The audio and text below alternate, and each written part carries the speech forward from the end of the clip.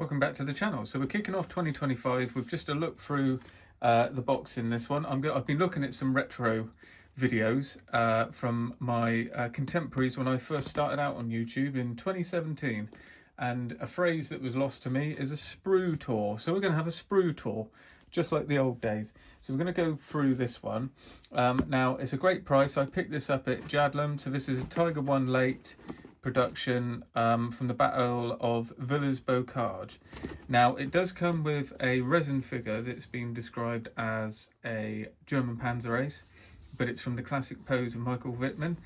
Looking through this, I've got very confused because I don't know much about late Tigers. My bag is the early Tigers, and not even mids, actually. It's more the initials to earlies, although I don't mind a late and a mid here and there. But I know that the Michael Wittmann thing is a big deal, and a lot of people know about it. I don't know very much about it at all. He had 3 tanks, as far as I can fathom. The one he got knocked out in is the 007, and then there's 2 others. And I don't know whether... I don't think this is geared at Michael Wittmann, even though it's got the figure. That's basically what I can glean from it at the minute. So, this is really the kit without the interior from the previous rehash of the late model from RFM, which had an interior. So it has the Zimmerit parts. Their late that they did before, I'll try and put it up on screen, was didn't have Zimmerit. So they've retooled parts with Zimmerit, and it first came out with a interior, and now this is it coming out without an interior. So what we've got is the typical stuff from RFM, which is Rye Field Models. So we've got the original. This is the decals that came in this kit when it was the interior version, and it's got the dials to show you, but it's also helpfully got the Tetra logo that goes on the fire extinguisher on the outside, so that's useful. So we've got a whole load of marking schemes here that aren't spoken for on the sheet, or some of them are. It's very confusing. Then we've got this sheet, which basically allows you to make up 212, 222 or 231. And then we've also got 221, and then we have got some of these on the... So we've got 124, which is there. And then we've got 211, which is there. It's absolutely nuts. And then we've got 221, which is also there. And then we've got 213. Well, so... here we go. Right, there's a couple more. Is this going to show us? 132, no, and number 1. Right, so it looks like all of the marking schemes in this kit relate to this sheet, but to make it the Villers-Bocage version, they've chucked in this sheet, but not giving you any marking schemes. So you're going to have to do your own research. Lucky for me, I'm not going to do any of these. I'm going to do an Eastern Front one, so I don't need to get bogged down in it, and I'll repurpose the figure somewhere else. I thought about using him. It's a nice figure. Let's see where he is. But I mean, to anyone in the know, it's Michael Wittmann. You know, it's him through and through. Because although the face doesn't bear any likeness to it, really. Sorry, it's terrible in 4K. I don't like looking at my fingers, even though they're clean. You know, it shows that they could be quite a lot cleaner. So it doesn't really bear a likeness to Michael Wittmann. It's more the pose. It's the real famous pose with him sat on the barrel. So I don't know. What do you think about it? I just think it would look out of place. It's that scene, and that is the actual picture of him. And that's the mould. But as far as things go, I mean, we saw the price. So it's under £40. You know, that's top quality resin figures there. We've got seam lines all down the sides of the trousers. Look at the detail in the belts and on the medals. Folds in the jacket. You know, they're molded on. Even that looks like, I think that's a Luger in there. And then when we look at the head, I mean, the hair, obviously, very nice. The sculpting in the hat, you can see the back of the head pushing through. incredible. So whether you use that or not, whether you've got Whitman's actual number in there or not, don't know. Because it's Zimmerit, you might even want to paint it on yourself, so you can paint any number. Like I'm doing, I'm going to do a different version from a photo that I've got in my Tigers from the Front book by Thomas Gents, which is an absolute masterpiece. What we've also got here, which isn't... From looking at the box, this is why it's quite useful to do an in-box review. From looking at the box, you would think you get both types of tracks. You don't. So Rye Field Model are known for having tooled, workable Tiger tracks, both early and late, and given you them in every kit. Now, in the instructions, it tells you that you've got workable single links. This is the only sheet that says it's revised, which would make you think you've got both. You don't. You've only got these, which is basically link and length. So you've got workable links onto a length, workable links onto a length. I actually think it's going to work very well, because I think you can glue the workable track on, maybe down here, and then you can use the workable tracks to let the sag come in and then glue it on again, and you can do the same there. So you glue one into probably the bottom rows, and then you let it come round, and then you probably glue them in naturally to this one when you're painted. So you can still paint them off. You might even be able to like glue all of that section around, just leave a gap here and then let the sag take it up there. I'll have to play with it when we get to it, but all of these are fully workable. So it's not like link and length where you have to glue them. They use pins, so all of them will be movable.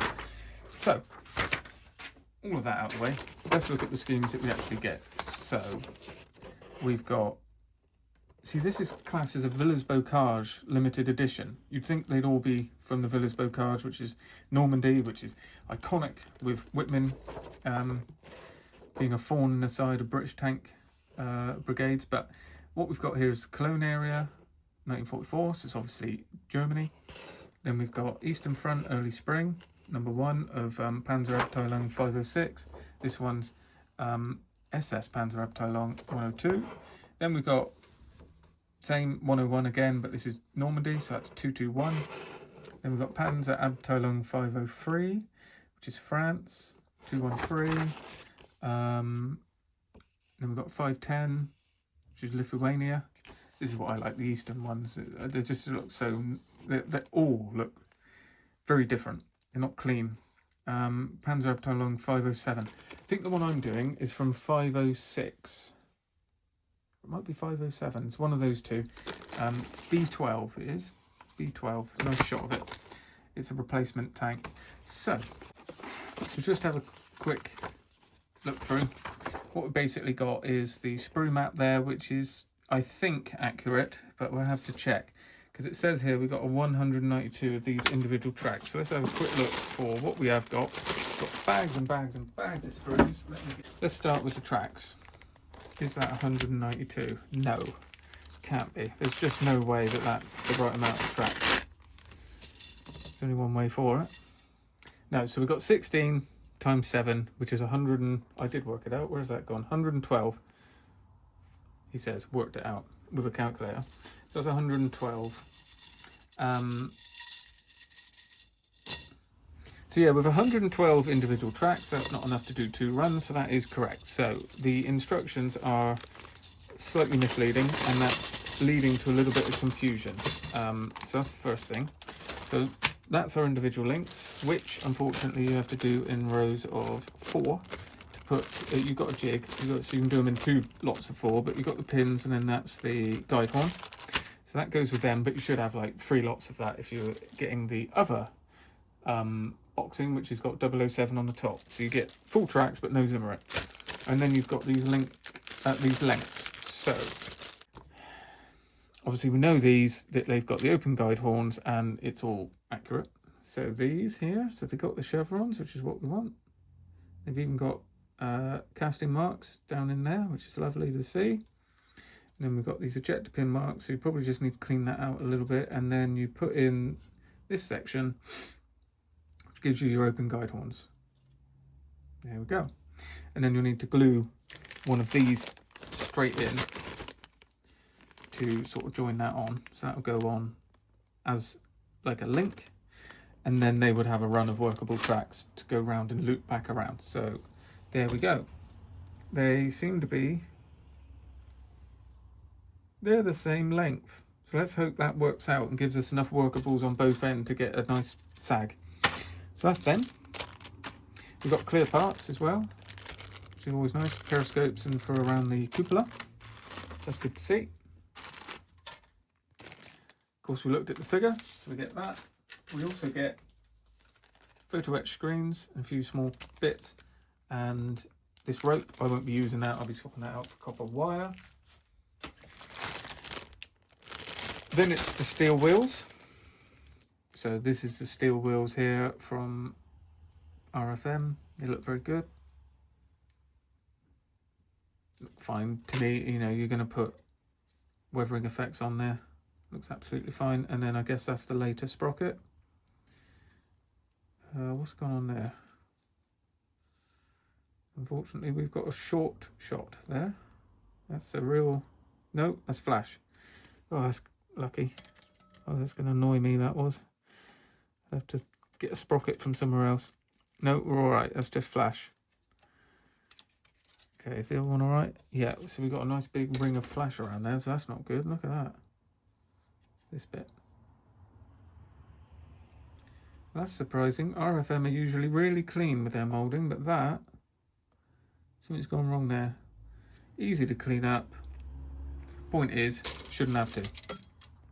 Now, I do think we've got another moulding problem here. It says minor, but notice this is straight away. See this line going all the way through here? It's like the Zimmerit's just been missed. So, don't know what that's all about. So I think we just need to sort of just do another piece of Zimmerit in there. Just put a piece of putty through. And but this is quite nice. Look, this is natural. That's what that looks like. Whereas this looks like it's just the mould has missed it, or the CAD's not gone right or something. I can't imagine they'd want to do that. Zimmerit looks very natural, and these are just panels that come off and glue onto the side of the hull. RFM do this anyway, so it's not just for Zimmerit. You get this, you get it for the early as well to build up the sort of thickness. So that goes on like that. Nice quick way of getting around your Zimmerit. This all looks absolutely fine, saves a job having to do it by hand, which is becoming increasingly less necessary. And then we've got the larger pattern there for the turret, which matches up nicely to the turret. As you can see, much larger pattern there.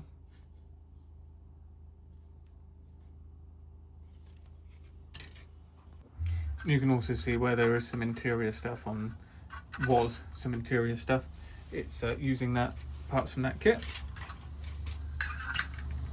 Sorry for any background noise there, we've just had a gritter go past, so if you pick that up, I apologise. Now, we've got lots of bits and pieces like this, and I'm pretty sure, I won't take it out, sorry about the glare, but I'm pretty sure that we only used one or two things from this. You know, it might even just be this or a few other small bits, because I think that turret roof isn't right for us. In fact, I mean, I got, as you can hear, sprues and sprues and sprues in here. Yeah, I think it's that one. So the weld's gone. So that's an earlier, might even be an initial, but it's an earlier, no, it's an earlier turret roof, that one. And then this is the later one, without the weld, I believe. But of course then we won't use any of this, because we'll be using the Zimmerited part. So I mean, it's an incredible way to go about things, very sort of Dragon-esque. We used to get half a kit with a kit. Again here, you know, this is now the third sprocket wheel, and there's two there. So they're different. The one I've seen with the flash is different, and there's another one on another sprue that's different. So we certainly got all the bits, and it's also nice to have the these bolts here as well, and rivet heads if you want to use them for different areas. You might have to use them for different bits, not sure. The way RFM build up their Tigers as well, usually the torsion bars are movable. So we've got a lot of Bosch headlights there, and anti-personnel mines, and all sorts of things, which I think are largely going to be spares. And that's without pointing out these two screws, which really are. So this is the initial Trop version. With again, that's the hub to that one. And then I guess that's the flat fenders. Yeah, it is. Yeah, so that's the ones, the really initial ones. And we've got FIFO filters there as well, and a different gun barrel. So that's the earlier, I presume, or a different version of it. I mean, I know a lot about Tigers, but you know, even I'm a bit stumped here with some of this. And then we've got the old Panzer III type turret bin. And I had this on the one that came out in whenever it was, 2017 or something. Nice lot of tools without clamps on them. That's what I'd be using, because I've got my own clamps. A few jerry cans there. Again, all of this is spare. I expect you're probably just using the jack or something like that. Save some tooling, a new piece for that. So, you know, what we're really saying is for 40 quid, you're getting a lot for your money. Now, the other version, the 007 version, as I'll call it, doesn't have Zimmerit, does have fully workable tracks. So you've got to weigh up what you want. I think I'd go for this, really, because you'd always change out the tracks, but you've got the Zimmerit. I think the markings are different, totally different, actually. You don't get this at all. So it's a different kit as far as that's concerned as well, but you get all the parts to make up a general Lake Tiger. And as we just flick through the build sequence, it's simple stuff. Fill in all the parts here. These are just the Zimmerited parts now going on, and then we've got the torsion bars going through, which do just sort of lock in. I've built up a hole, not built up an actual Tiger. Steel wheels going on, finishing them off, the right hubs, rear part of the hull, all the fixings going on there, and then we've got all these fixings going on. Then we do the tracks, upper hull, all the parts, and then glue it on. I'd like to get this glued on and sorted and then put all the parts on myself. Sometimes they do that at the back, they kind of bow down, so it's nice to get that sorted and level before you have to mess about putting all the small finer details on. We have a nice gun barrel going into the mantlet, and we've got a gun breech. Shows you using the two halves, but you don't in this version. You use the Zimmerited one piece, and you'd want to use the one piece anyway. And then as you go on through here, we get the turret built up, tracks, everything else going on, and then we've got photo etched parts for the front headlight holder, cradle, and that finishes the build. So it looks quite simple. I mean, it's all brought together here in 17 steps. It just depends how intricate some of those steps go. And then we're back into the schemes that are all similar. These Lake Tigers all basically have the same camouflage pattern, but they all look very nice. So there we are. That is the Tiger 1 late production from the Battle of Villers-Bocage from RFM in 1/35. I'm going to crack on and build this one, and I'm well aware that I've already got a Tiger that was promised, the Otto Tiger. I'm going to bring this one up together as well. Maybe not at the same time, but I'm bringing this one along now. I'm going to paint in all the details and do some weathering, but I wanted to get a build going at the minute because there's a few things going on my end, and I want to get a build of one of my favourite tanks on the go, just to have something nice to fall back on, which is what a hobby is all about. So I'm going to crack into this one. I'll let you know how to get on. Hopefully you've all had a great break over the Christmas New Year period, and as we go into 2025, hope to bring you lots more videos of lots more interesting subjects that are not very far away, and there'll be plenty of videos coming down the line. So stay tuned to the channel, and as always, thanks for watching, and I'll see you in the next video.